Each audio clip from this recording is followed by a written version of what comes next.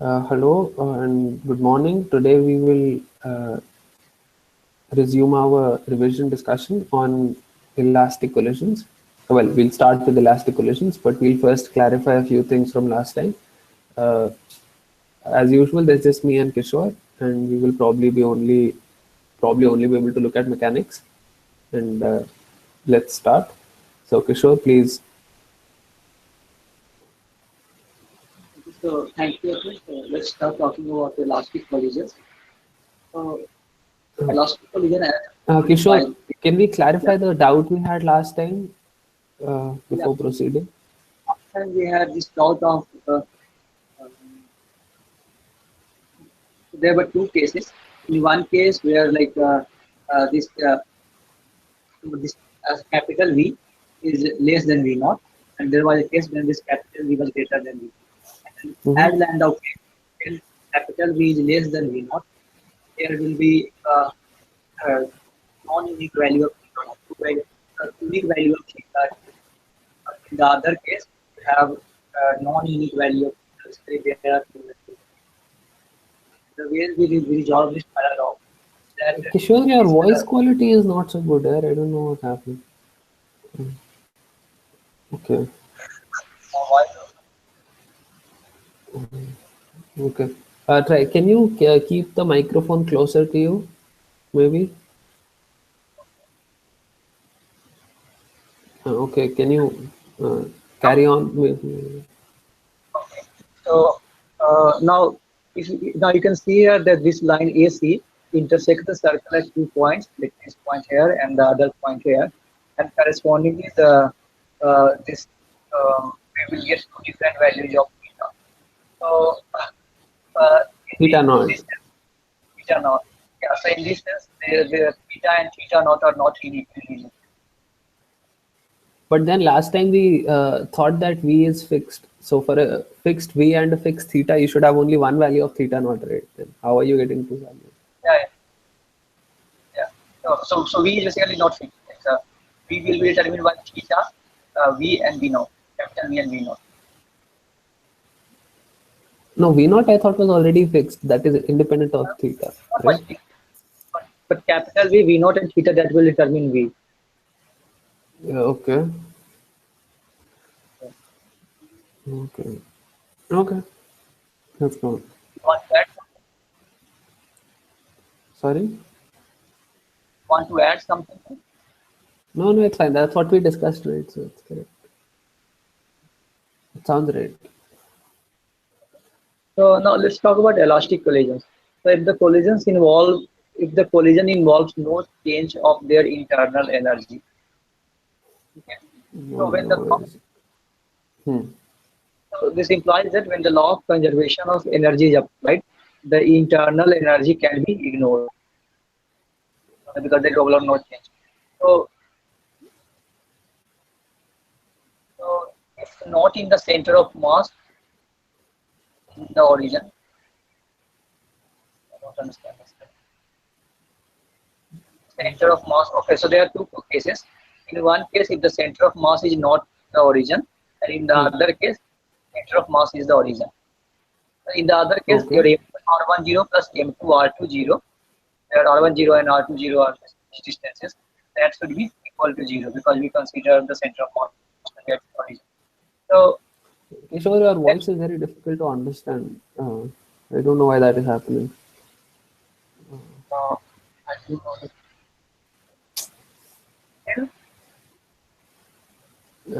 Okay, it's not cool, Kishore. I can't understand anything. Uh, okay. So, what do we do?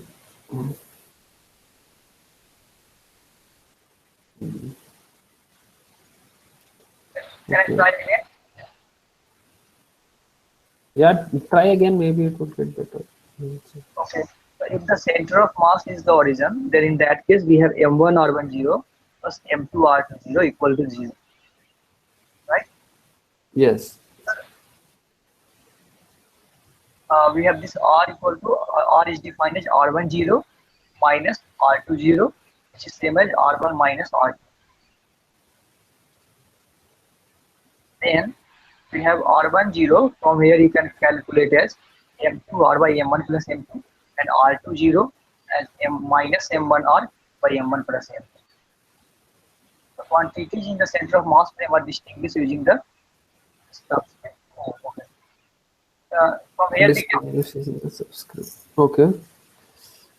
from where we can calculate V10 as the time derivative of this quantity R10, and that should come as M2 plus M2, and V20 consequently is minus M1U by M1 plus M2. Where V is V1 minus. So, Okay. claim that from the law of conservation of momentum, the momentum of the two particles remain equal and opposite after the collision.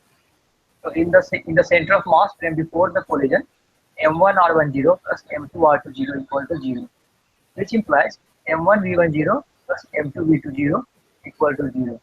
Which further implies P10 plus P20 equal to 0, and so P10 is equal to minus P20. That's why conservation of momentum, we have P10 prime plus 0 prime equal to 0, and hence P10 prime equal to minus P20. Okay. So further from conservation of energy, we note there Hey, magnitude. Kishore, what is prime? Prime is after collision, right? Yeah, prime is the after collision thing. Okay. So yeah, so after collision you will again define, like R10 prime and R20 prime. And the rest frame of the after the collision, or in the center of Yeah. mass frame after the collision. Okay. So further from conservation of energy, we know that their magnitude is unchanged. So 2 into P10 square will be equal to 2 into P10 prime square, because P10 is same as minus P20. So, and they assume unit mass. So from here we get P10 equal to P10 prime. This basically implies that the momentum does not change after Hey, the collision. Kishore, can you go back to the statement when it said when the law of conservation of energy is applied, the internal energies can be ignored? Did you understand this statement? From conservation of energy, we know that their magnitude is unchanged. No. Go in the beginning of this section, section 17. So in the definition of elastic collision, if it says it says if the collision involves no change of their internal energy, that implies when the law. Of the particle will not, overall kinetic energy will not increase. Right? No. How did you deduce that the law of conservation of energy implies that the internal energies can be ignored? Say it again. So how do I deduce that law of conservation of energy implies that? Say it again. There is this statement which is written, the second statement. In the law of energy applied, the internal energy can be ignored. Okay. So if you apply the law of conservation of energy, you can say that initial internal energy of the particles plus the kinetic energy of the particle plus the potential energy in case they are moving in some field will be equal before and after. Now since the internal energy of the particle does not change, so you have to talk about anything except internal energy. So basically you can ignore the internal energy.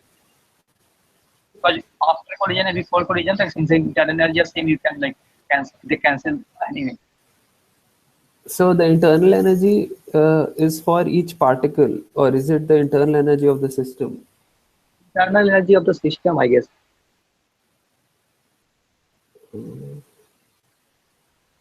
I think it should be internal energy of the particles, because internal energy of the system includes the kinetic energy, and that obviously is changing.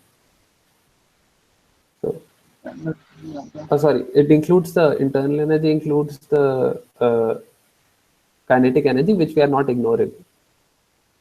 So obviously it is of interest. You remember the definition of internal energy?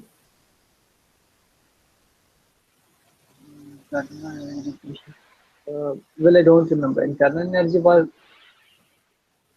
So, okay.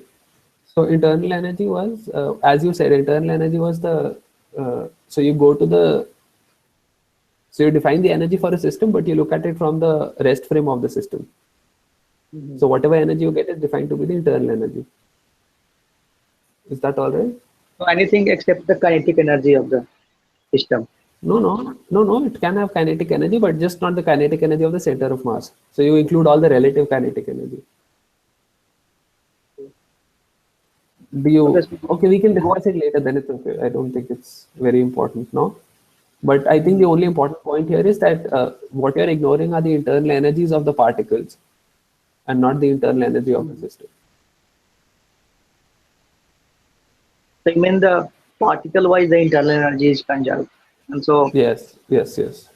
So the internal energy of the initial particles summed is the same as the internal energy of the final particles summed. If that which is is the known. case, that is elastic collision. And in that case, when you apply the law of conservation of energy at any point, the internal energies cancel out. So you can always ignore them. Is that reasonable, Kishore? Seems like so like uh, maybe I don't remember, but sum of internal energy of the particles is not same as internal energy of the system, right? Yes, it's not, because it's possible that they're moving relative to each other. And when you write the internal energy of the system, you have to include the relative energy. So, that is including kinetic energy. So basically, even the particle is some sort of idealization. You assume that the particle has a lot of internal things which move around and so on, and therefore their internal energies may change in a collision. But in an elastic collision, you assume they're same. That is what you mean by deformation and all. No, small particles getting deformed, that makes sense only in a limited, the limiting case. Yeah, in a like particle stick to one another and like yeah. ठीक है, चलो, all right, brilliant, thank you. Let's on.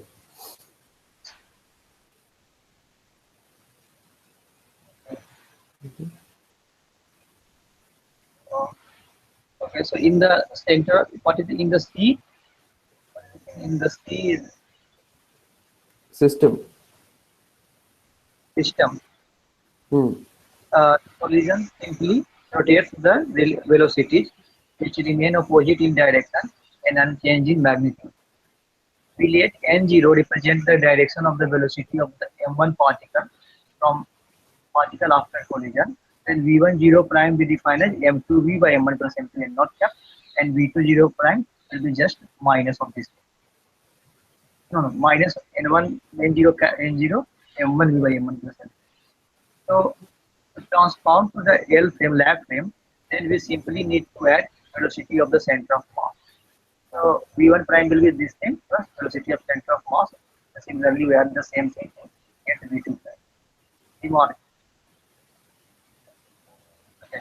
So no further information about the collision can be obtained from the law of conservation of momentum and energy. The direction of n naught cap depends on the law of interaction of the particles and on their relative position during collision. So that basically means the direction in which they will like scatter after collision has you can't obtain that from these two equations, momentum and energy. Okay. So we have three equations. So from three equations you can get just one moment of the particle, and theta 1 and theta 2. For that you need extra information. Okay. So let's talk about the geometric interpretation. So from the velocity equation, we can obtain the momenta equation. P1 prime will be n naught f n naught plus m1 e1. P1 prime is mv n naught plus m1 plus p2. P1 plus p2 by m1 plus m2. Okay. So this thing is the overall momentum in the lab frame, right? These are the final momenta of the particles in the lab frame. Yes. So geometrically how this whether it's P1 plus P2. Kishore, yaar, your voice is so difficult to understand. I don't know what to do. So what I'm saying that can you see this thing here in the picture? Okay, so AO is M1 P1 plus P2 by M1 plus M2, and OB is M2 by M1 plus M2 P1 plus P2. Okay. And so this, and the center of this is MV and not. P1 prime is simply AO plus MV and not, and P2 prime is OB minus OB minus OC, right? Hmm. So we check the radius as MV, where T1 and T2 are given, then A and B are 16. So is the radius. The points may be anywhere on the circle though. Yeah. Hmm. So in that sense, like we don't know about the angle in which the scattering will happen. Right. Right. No problem. So special is M2 is at rest before collision. Can't always choose such a frame. So first OB equal to M2 P1 by M1 plus M2 equal to MV equal to MV equal to radius. So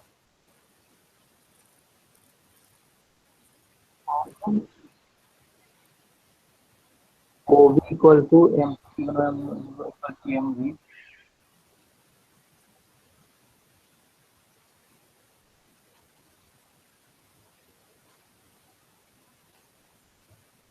क्या हो गया? अरे P2 0 डाले बस. Yeah, because M is M1 M2 by M1 plus M2. Yeah. I don't know from where this M is coming. Okay, and this अरे, MV is the so B lies on the circle. I'm saying P2 prime they put 0 no because M2 is at rest. So Yeah, that yeah. means P2 prime is 0. When you put P2 prime to be 0, you get this equation P2 M2 P1 upon M1 plus M2 is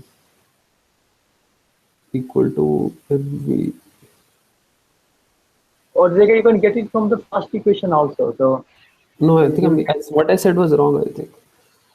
What am I doing? Okay. So OB is equal to, if you put P2 equal to 0, then P1 prime. no, P2 prime is, acha, P2 is 0. Sorry. I'm making a mistake. Okay. Sorry. ठीक है, then it's obvious, right? OB will have to be equal to OB is equal to M2 M1 by P1. M1 P1. And M1 by M1 M1 M2 by M1 plus M2, that is a small m. Yes. So you have P1 already. So it's fine. Right. You're right. Okay. That Which means is also the radius, which implies OB is equal to MB, means the OB is equal to radius of the circle. So that means B lies on the circle. yes. We can write AB as AO plus OB. So that will be M1 P1. AB as AO plus OB. AO is P1, OB is Yeah, Kishore, your voice is just so, it's very difficult and I don't know what to do. What can we do? Do you have earphones, Kishore? yeah. Why don't you put on your earphones on the phone?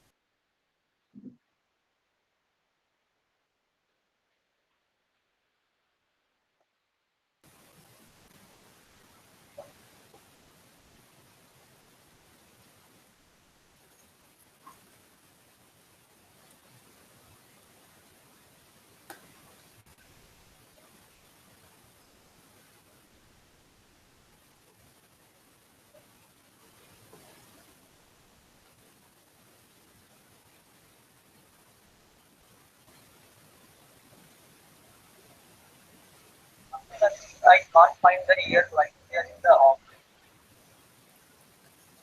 It's very hard to understand you, Kishore. Okay, then what we'll do is I'll speak instead of you, and then maybe we can uh, work accordingly. Okay, Kishore, can you hear me? yeah. Okay, so what I'll do is I'll speak and then yeah. Okay, so let's start with that. Uh, so we already showed that OB is equal to M2 P1 by M1 plus M2. And remember, Kishore, you have to scroll, okay? Because I'm looking at a different document. I'm not looking Can at we, it. I think it's better if we like you do the screen sharing and I like Okay. yeah.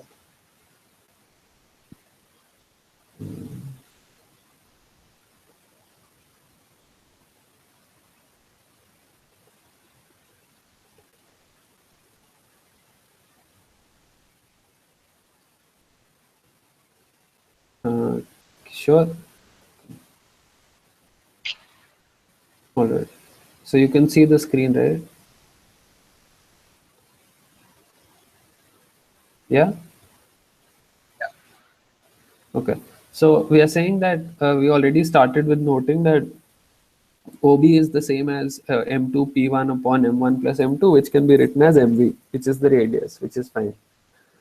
So that implies that your B will lie on the circle. Next, we noted that AB, which is equal to AO plus OB, will have to be equal to, which is, well, from these definitions of AO OB, equal to P1 overall, right? Okay, so why was that equal to P1? Because you can write AO plus OB from these definitions, put P2 0, add them, you get P1. So that is good. Now you have OA. So OA is equal to M1 into. Okay, so OA and AO are the same things, just the sign is different. So the magnitude you can basically pick from here. You can see the mouse pointer, right? Yeah. Okay, so you can, what? OA and OA will be M1 P1 by M1 plus M2. The No, no, value of you P1 just replace P1 with M1 V1, that's it. And P2 is anyway 0. So you get the value of OA, you multiply divide by M2, and that will give you M1 by M2 into M, which is the reduced mass, into the velocity. Oh yeah, how did we get V instead of V1 or anything? Oh, because we defined V to be the difference of P1 by M1 minus P2 by M2. I mean, we didn't define it. This was the velocity of the center of mass, right? yes. Basically M1 M2 V1 by M1 plus M2 by MV. What? So M1 M2 into V1 divided by M1 plus M2. That was MV. V is the radius. Yeah, I mean, that was just one particular way of getting it, but okay. Sure. Anyway, so M1 by M2 is equal to MV, which is fine. Then OA is equal to M1 by M2 into radius. So MV was the radius of the circle, which we already showed. So M1 by M2 into the radius. So that means that your A lies inside if M2 by M1 is greater than 1, and outside if M1 by M2 is greater than 1. Okay. So let's see. So if your M1 is less than M2, then you'll have a diagram like this. And if your M1 is greater than M2, you'll have a diagram like this. So this is quite similar to what we saw. The diagram is quite similar to what we saw earlier. And I suspect it will have similar consequences. So theta 1 and theta 2 are angles between the directions of motion after the collision with respect to the point P1. With respect to the direction of impact P1.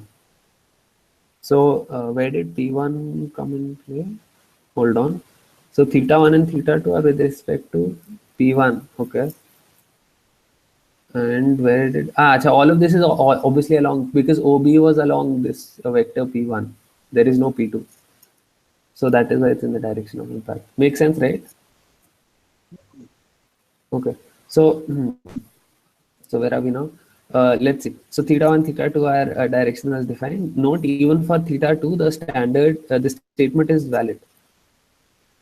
So, okay, even the angle theta 2, yeah, that's what it said, right? Okay. Yeah, it's fine. It's not a big deal.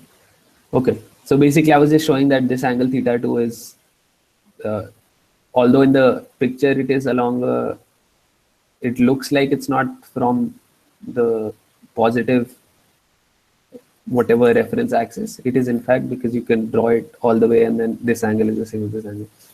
Anyway, so claim chi gives the angle of n naught with p by construction. So chi is defined to be the angle of angle between n and p. Right. So what was n? N was the direction of center of mass, right? After the collision. Hello. Okay. So that is chi, and okay, that is by construction. So okay, now what you're saying is that this chi, okay, again you do a similar construction to find the relation between thetas and theta 1 and theta 2 and chi. So you can write tan of theta 1. So tan of theta 1 will be this mv sine chi upon the sum of these two, which is m1 by m2 into mv. Why is it m1 by m2 into mv? Oh, that did we calculate this? Acha, no, this was this we just found, no, this OA. So this is m1 by m2 into mv. So that is OA. This is mv into cos chi. So why is it mv into cos chi? Because acha, this radius is mv. Correct? The radius. Okay. So the radius was mv we showed. So this is mv into cos chi, and then yes. So you get this expression. Now you can simplify it. So you'll get this. And in the other case, now this chi is like that.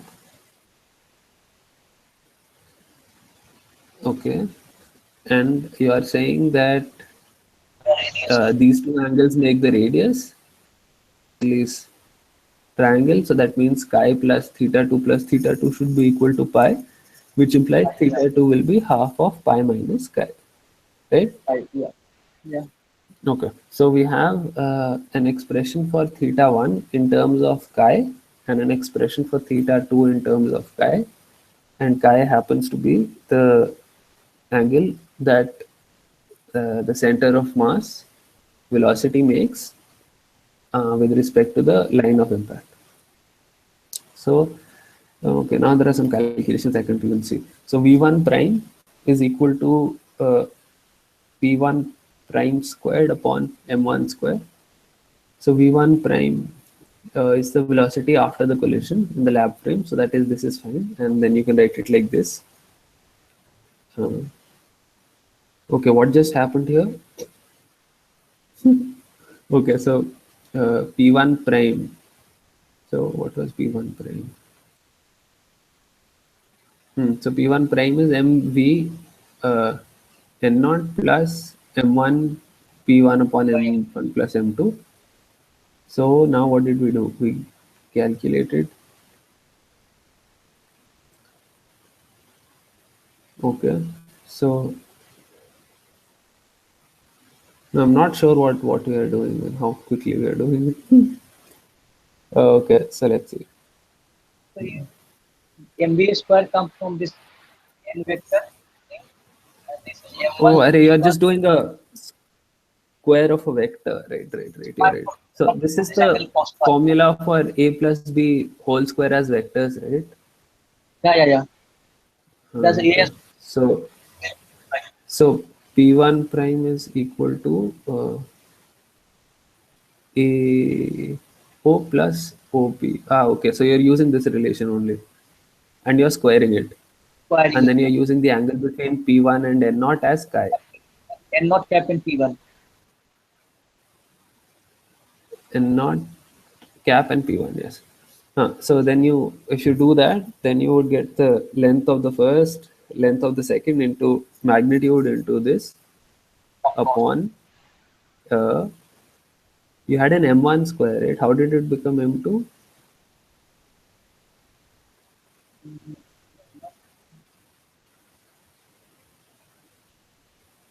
Okay, so let's not spend so much time calculating. I mean, at least we know what to do. So after some calculation, you should be able to in fact show that this is V1 prime square, which is equal to, did we do something fancy here? No, right? Yeah, it's the same V's. We just rearrange the M's, right? And yeah, okay, so you should be able to get this, which means your V1 prime should in fact be equal to V by M1 plus M2 and this thing power half. And V2 prime, okay, so V2 prime is the same thing with, I suspect, a difference in the first term because the magnitude of P1 was going to be MV again, and then you can substitute this. And I have made some difficulty in converting it to sign, but anyway, should be able to get V2 is equal to this 2M1 V upon this. So the sum of θ1 and θ2 is the angle between the directions of motion of the particles after the collision. So, I mean, yeah, it's obvious, right? Because, so this is where this guy is going, this is where that guy is going, you add them θ1, θ2. Correct? Yeah. Okay. So, so we're done with that. Next it says also θ1 plus θ2 is greater than pi by 2 when m1 is less than m2.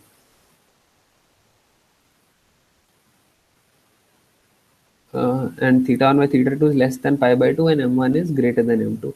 It says that you can see this readily by recalling that you would have the sum of these two angles and whatever. So if you have an equator and a point on the circle and you join them, then the angle that these two rays form will be 90 degree, and then you can show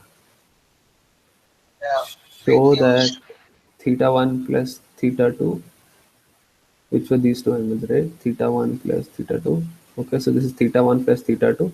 And then if this guy is outside, so if m1 is equal to m2, then that will be the case. It will be 90. If m1 is greater, then your θ1 will become smaller than the θ1 you had to make a 90, which means the angle will have to become, and so yeah. Kichu? Yeah. Okay. So now what? Okay, so the claim is that when two particles after collision move in the same or the opposite direction, then chi is equal to pi. So how much more, man? Oh, okay, we're almost done. So we'll just finish this section. Okay, we'll do scattering next time. You sure? Yeah. Okay.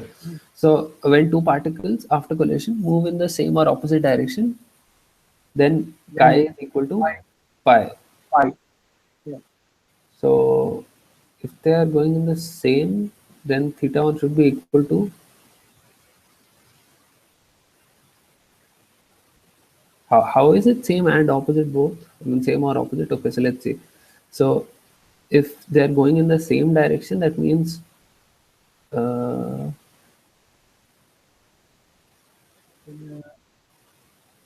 we should look at the general picture. Okay, hold on. What case are we looking at? Are we looking at the?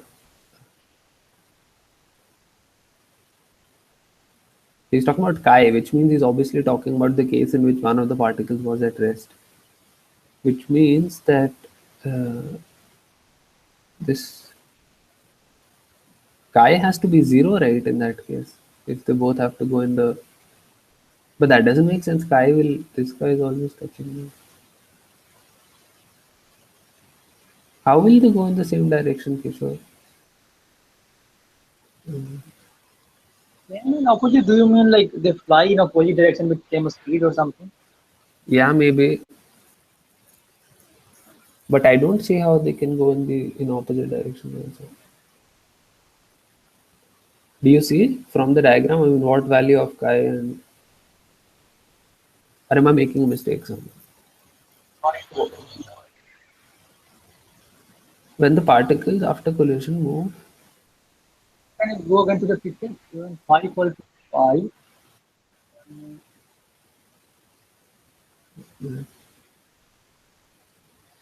okay, so I think it's saying when chi is equal to pi, which means that this angle chi goes all the way here, yeah, and in that case, obviously, it will be fine, right? Okay, sure.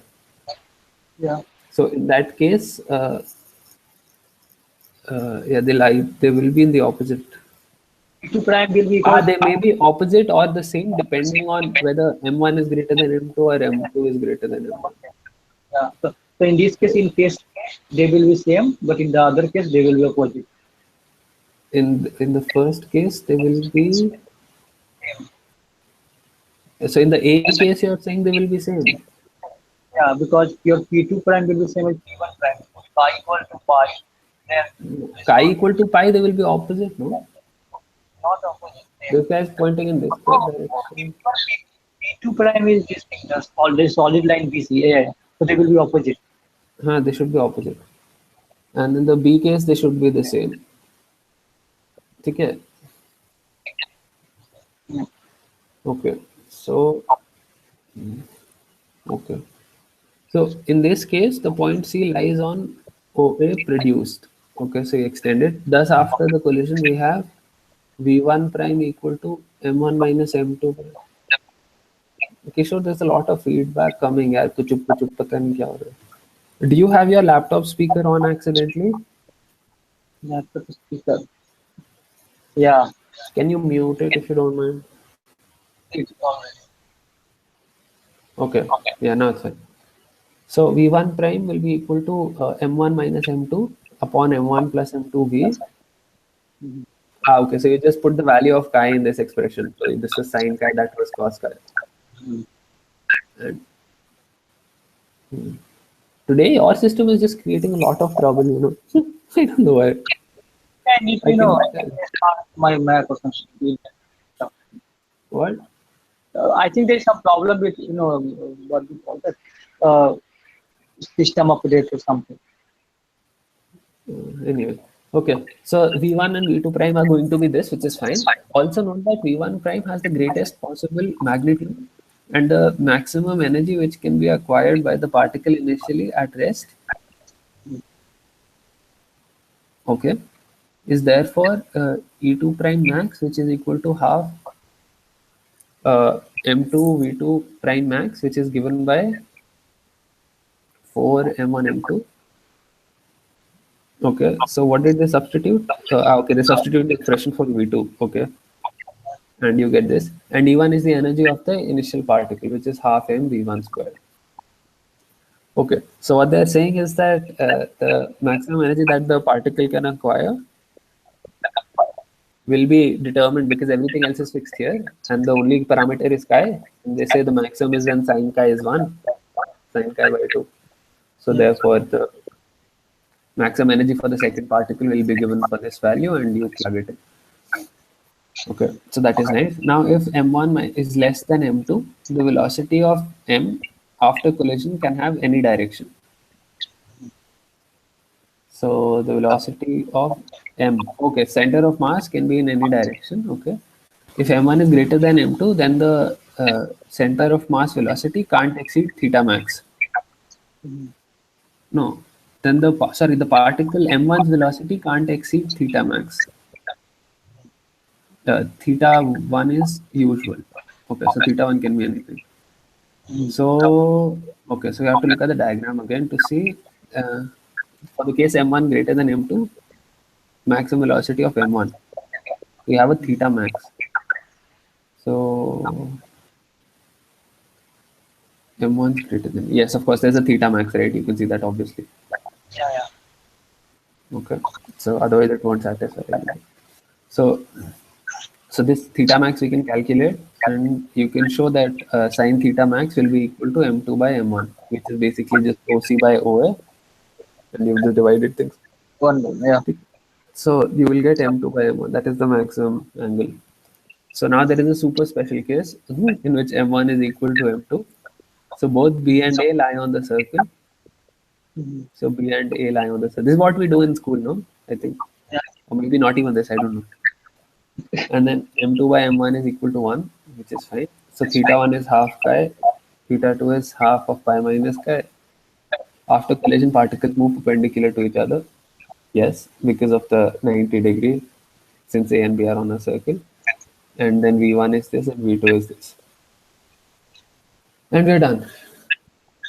Okay, cool. So, yeah, I suppose that's it for today. Unless you have to add something. Hmm. Oh, Well, this thing. Yes, Kishore. Is there something you want to add? Sorry, I didn't hear. not at the moment. Okay, yeah. So QFT, we unfortunately uh, we could do it, but I think maybe we should find out if Diksha is going to come from next time, and if there's no certainty next time onwards, we'll try to do it on our own. Or do you think we should start it from now? Uh, Maybe from next time we can like. Yeah, because I think one of us will have to revise. I'm not that good. I mean, Diksha is using it all the time, so Have one guy, chalo, all right then. We'll finish it. And, yeah, have a good time.